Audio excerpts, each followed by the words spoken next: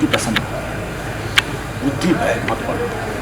यहाँ पूरा दुनिया के लड़का डॉक्टर इंजीनियर टॉप लेवल का बिजनेस बने का सपना देखा था उसने, लेकिन तू हुआ की बस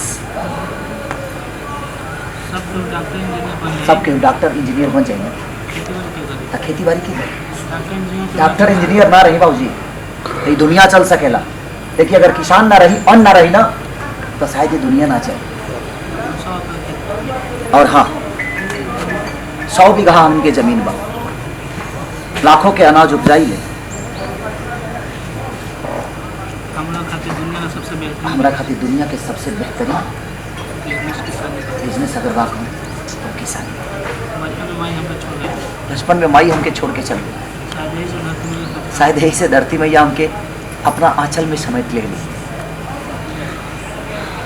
यही से हम गांव छोड़ के कहीं न जाए, हम किसानी में बहुत खुश हैं। तो एक मतलब तू ऑफिस का अटेंड ना कर, रोज सम्मान के ठेस ना पहुंचे। हम आए लेकिन वो बिजनेस रोज सम्मान